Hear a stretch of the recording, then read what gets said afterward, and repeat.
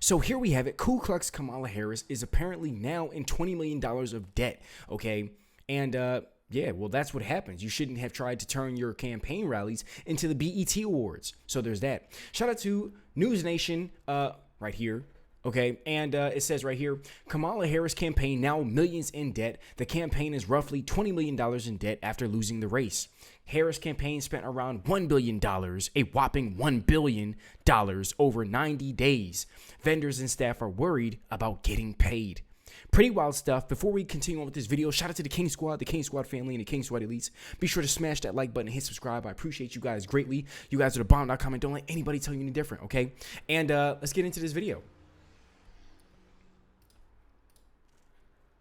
Kamala Harris is $20 million in debt. She raised $1 billion in her campaign, yet she still finds herself with $20 million in debt. Donald Trump is offering to help pay down that debt because his campaign had money left over. That's what he is intending to do. Now, I do have a few other options that might be helpful for Kamala during this difficult time. Option 1, we can send her $750. Option 2, we can collect all the money possible to help and then send it to Ukraine. And my last option would just be, hear her out, see what she has to say about how this could have possibly happened, the mismanage of all this money, and then just tell her how we grew up in a middle-class family and we really liked the lawns of all of our neighbors. That might be helpful.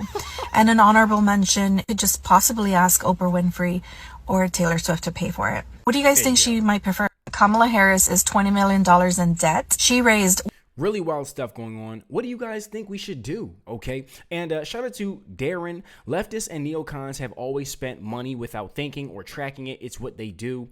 Outside of the Paul family and Steve Forbes, no one has ever paid attention because it's always been other people's money. A blank check in their minds. This doesn't surprise us. What do you guys think about that comment right there? And so with that being said, we get into our next video. Shout out to the liberal hive mind. We're going to go through some of these comments really quickly. And she spent over $1 billion in 108 days and is still in debt. And that's honestly what what you should expect of what a nation led by Ku Klux Kamala Harris would look like. The death of your bank accounts, the death of your financial future. We talked about this. Okay, did we not? I'm pretty sure we talked about it. We got the evidence. Okay, you can just scroll through these videos, really. Yeah. So where else? What else do we have? What else? This could have been the person handling our country's budget. We dodged a bullet. That's what I'm saying. That's exactly what I'm saying. So we're going to get right into this video. Shout out to the liberal hive mind, and let's go.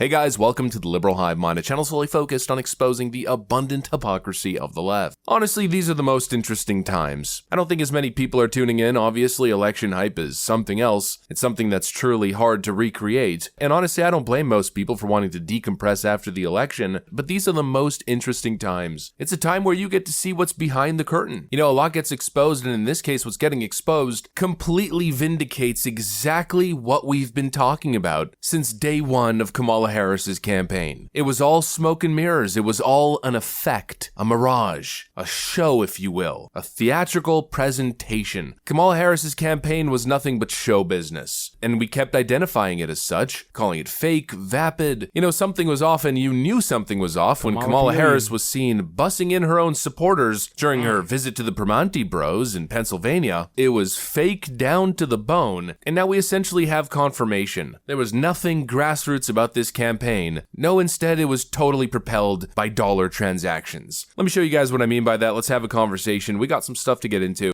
Shout out to Kamala Chameleon.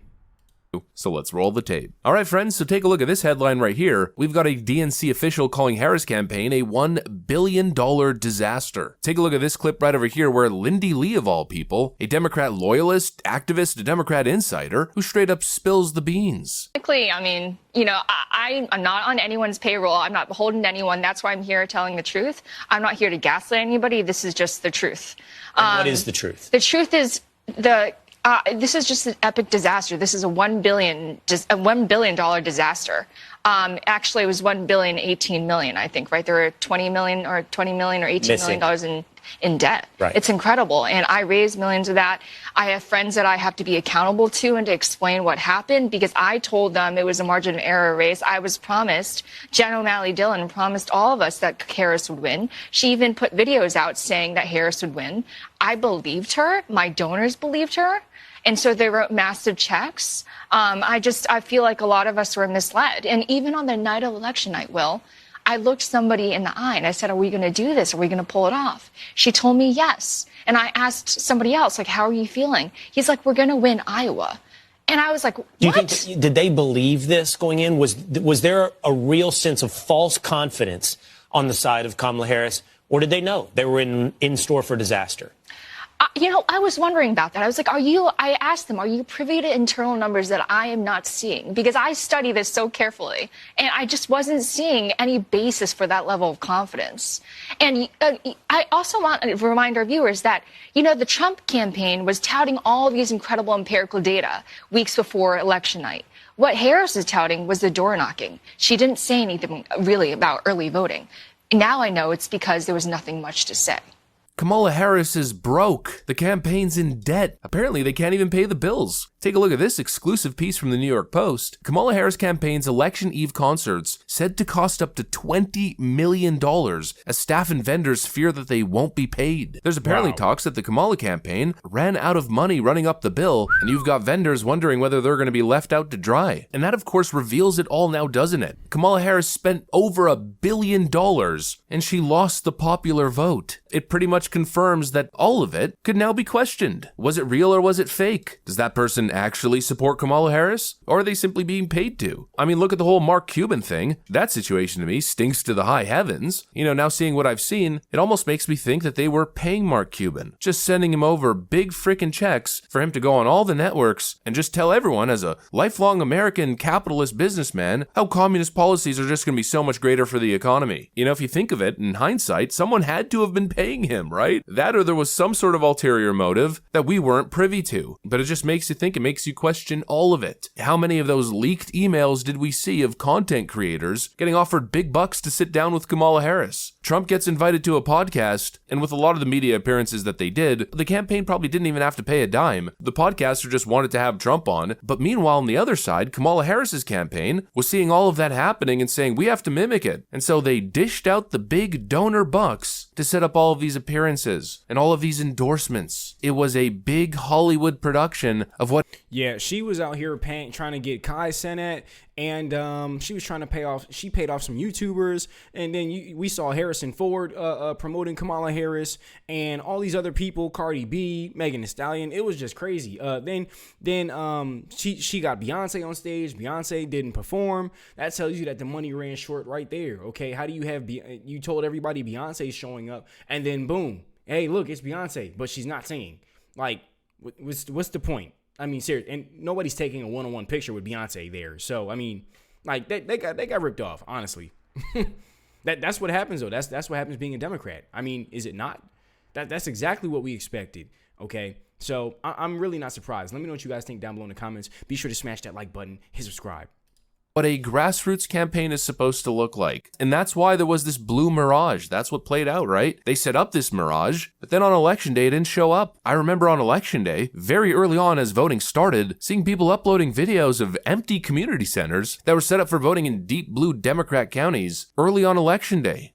We're at the Plymouth Recreation Community Center. We got a DJ spinning some beats down here. A trickle of line.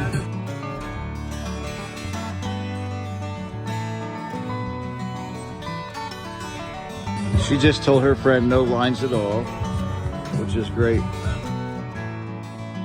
Kamala Harris was doing these massive rallies. Wow, 30,000 people to see to see Kamala. Now, obviously there to see Beyonce, but anyways, let's continue with the illusion. Sheesh. 30,000 people there to see Kamala Harris, but nobody actually showed up to vote. It's obvious what was going on. It was pretty obvious back then, but now it is perfectly obvious what defined this campaign. Kamala Harris's 2024 campaign for president revealed something far more insidious than any of us could have anticipated. A glaring example of how deeply corrupted said, the political system has become an elaborate spectacle funded by unaccountable, unelected, dark money groups. They created an illusion of popular support. Let's not be naive here. The reported billion-dollar spending spree wasn't to rally true grassroots energy or inspire Americans. It was instead a Hollywood production meant to manipulate the public perception by buying endorsements and staging celebrity concerts to artificially inflate the appearance of enthusiasm.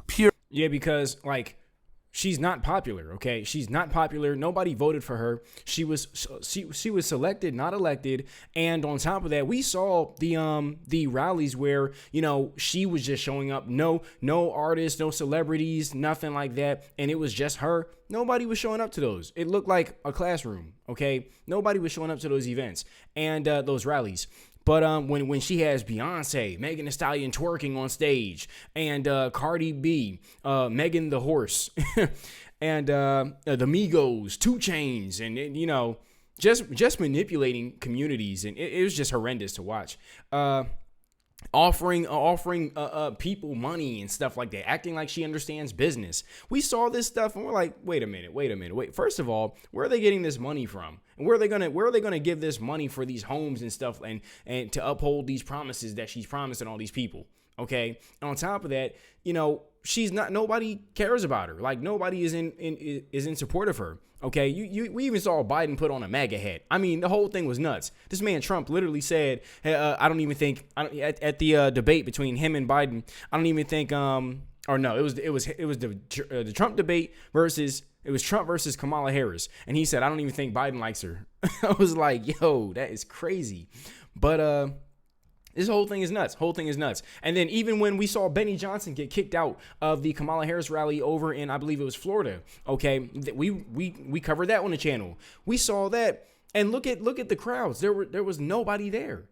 Okay, so this stuff was to be expected. And then on top of that, they're trying to act like the Democrats are going to lead us to the promised land with these socialist values, these communist values, this communist America, socialist America. And that's not going to be the case. It's just not going to be the case. And then people are already suffering. She's handing out $750 in loans, but handing out checks, enormous checks, okay, with tax money and all this other stuff, over to these countries and all that kind of stuff, significantly decreasing the quality of our lives. The whole thing is nuts. And so how they even thought she had a chance is really just wow. It's beyond me, really. Let me know what you guys thought down below in the comments. Pure propaganda, and it just feels enthusiasm. Pure propaganda, and it just feels so wrong. It feels frankly sinister. The lengths that they'll go to manufacture support in the public perception. It's one thing to have a well-funded campaign, it's another to create a fake movement designed to deceive voters. Oh, Kamala Harris isn't what you saw in the press previous. No, she's a new woman, and we spent billions of dollars creating this new public image and product for you. Get on board. Yeah, billions of dollars, like when they first threw her up on stage, she was just a cackling hyena, and then they rebranded her entire image through all these ridiculous commercials, and they tried to paint her as this, God-fearing, strong, powerful, wise, older woman, and I was not buying it. Okay, this is a load of horse crap, and I was like, nah, man. Nah, there's some bull crap. I'm just gonna say it. But this is ridiculous. Okay, we see through the lies. They think we're sheeple and we're not. Okay, we are not stupid. We see through the lies. Okay, we see through the lies. All the celebrities are. What are you, crazy? What are you, a racist? The dollar bill used as a weapon in the political arena, used to force the public into accepting narratives that aren't real. A new scripted alternative reality, let's call it. There's just something so profoundly un-American about paying for endorsements from celebrities who barely understand the policies that they're promoting. And of course, you contrast that with Trump's campaign, a movement that draws its strength from everyday Americans who feel disillusioned and betrayed by the establishment. Say what you will about Trump, but the enthusiasm that you see at his rallies isn't bought and paid for. It's real, it's authentic. It's the expression of a grassroots movement that comes from people who believe that America deserves better than smoke and mirrors politics, backed by the billionaire few. Rallies where the stadiums are packed from top to bottom, with people who wait in line for hours, sometimes in freezing temperatures, just to hear him speak and give them a little bit of hope. They're not there for a concert or a celebrity cameo. They're there because they see Trump as a leader who speaks to their struggles and their frustrations, their hopes, their actual hopes, not just the statement or the slogan, the hopes and